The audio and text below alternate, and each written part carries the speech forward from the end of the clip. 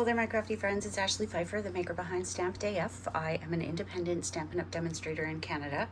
And for this month's Stamping Society tutorial, we are featuring in colors. I have used them all on here. I've got some fun tips and tricks and techniques to show you, even a little bit of stamping on the inside. So I am going to get my craft on here and show you how I made this. I am going to start by trimming down my DSP, and if you would like to get your hands on the full written instructions with measurements and step-by-step instructions, then you can get that in one of three ways. You can become a team member of one of the members of the Stamping Society, you can shop with one of the team members of the Stamping Society, or you can purchase it outright.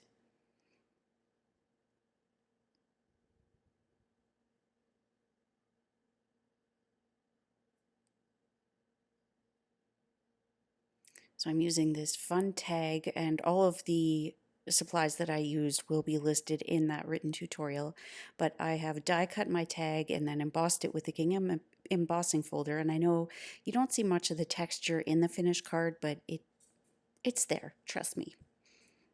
Adhering my DSP.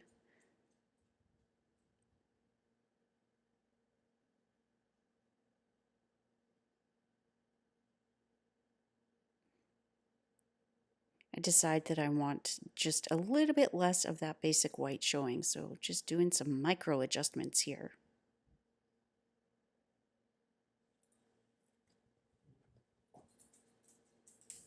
Going to attach my denim ribbon, and it wasn't until the end that I realized I didn't actually add the little knot of denim ribbon. It should be on there, but I mean it worked without it too, right? So I'm going to adhere that tag. There's a lot of adhering going on here. And now for the fun part. I have die cut 4 of the teacups. I'm going to use 2 right side up and 2 on, I'm going to stamp on the back side of it. I want my handles to be facing different ways so that my leaning tower of teacups isn't going to like come tumbling down. So I'm doing some stamping on my teacups. You can see I've just lined up the stamps so that I know which ones are going which way. Just doing some fun pattern stamping.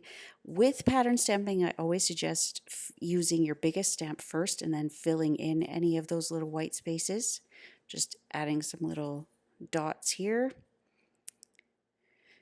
Now I'm going to color that teacup. I keep wanting to say mug. I'm going to color it, and then using my bone folder, I'm flattening out the edges because, like I said, I'm stamping on the back of that die cut. So just flattening out those edges, going to, instead of stamp the stripes, which probably makes sense, I'm going to draw them on. And the reason for that is because if I stamp them, it doesn't go to the edge, and then I've got to trim part of the handle, and it ends up being a different size, and I'm just picky like that. So adding a little bit of spritz, you'll see I got some on that teacup above, but fully okay because it was always going to have that color on there. So I'm doing some lemons. I inked up just part of that lemon stamp to get a little lemon wedge. I kind of wish that I had done that a little bit more on the teacup. Just adding some little decorative bits, a whole bunch of dots. I'm going to do that same technique with the bone folder and flatten out those ridges. Now, if those ridges don't bother you, you can leave it alone, but it bothers me. So I'm just stamping the sentiment on my little tea bag here. I'm going to add some twine, and then if you have, you can just tape the string to the back or the twine to the back. I decided to bring out my tiny attacher. Love this little stapler. So I stapled that because I think, I mean, if you drink tea, they tend to have a staple in the tag, right? I'm going for authenticity here. So I'm just going to set that aside. I'm going to start stacking those teacups. However, actually I lied. I'm stamping the inside, and I'm so sorry I'm out of frame here. Clearly you need to see my ink pads and not what I'm doing on the inside of the card. I'm so sorry. But when I start stacking the teacups, I start by putting dimensionals all over that bottom mug. which is not the way I would recommend doing it.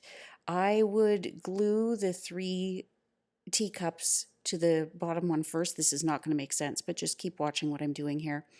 Glue them together and then put dimensionals on that bottom one. Well, on all of them at that point, but I would start by gluing them together and then using dimensionals. So you'll see that when I'm stacking them, you can always see the full bottom, like the full handle, and then it tilts a little bit. This reminds me of those topsy-turvy cakes that were all the rage a few years ago. So there are the teacups. I'm now going to add Stampin' Dimensionals kind of all over the place. I've got little cut strips for the handles so that they don't dip down. I will adhere that. And then that's pretty much it.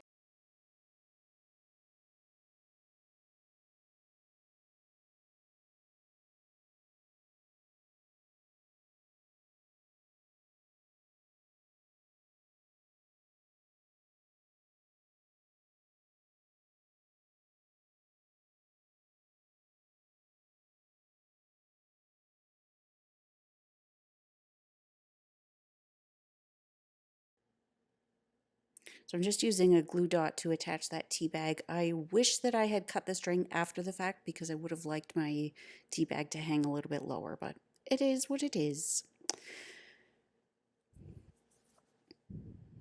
So once that tea bag is in there, I'm going to add a couple of the in color dots after cutting this lemon.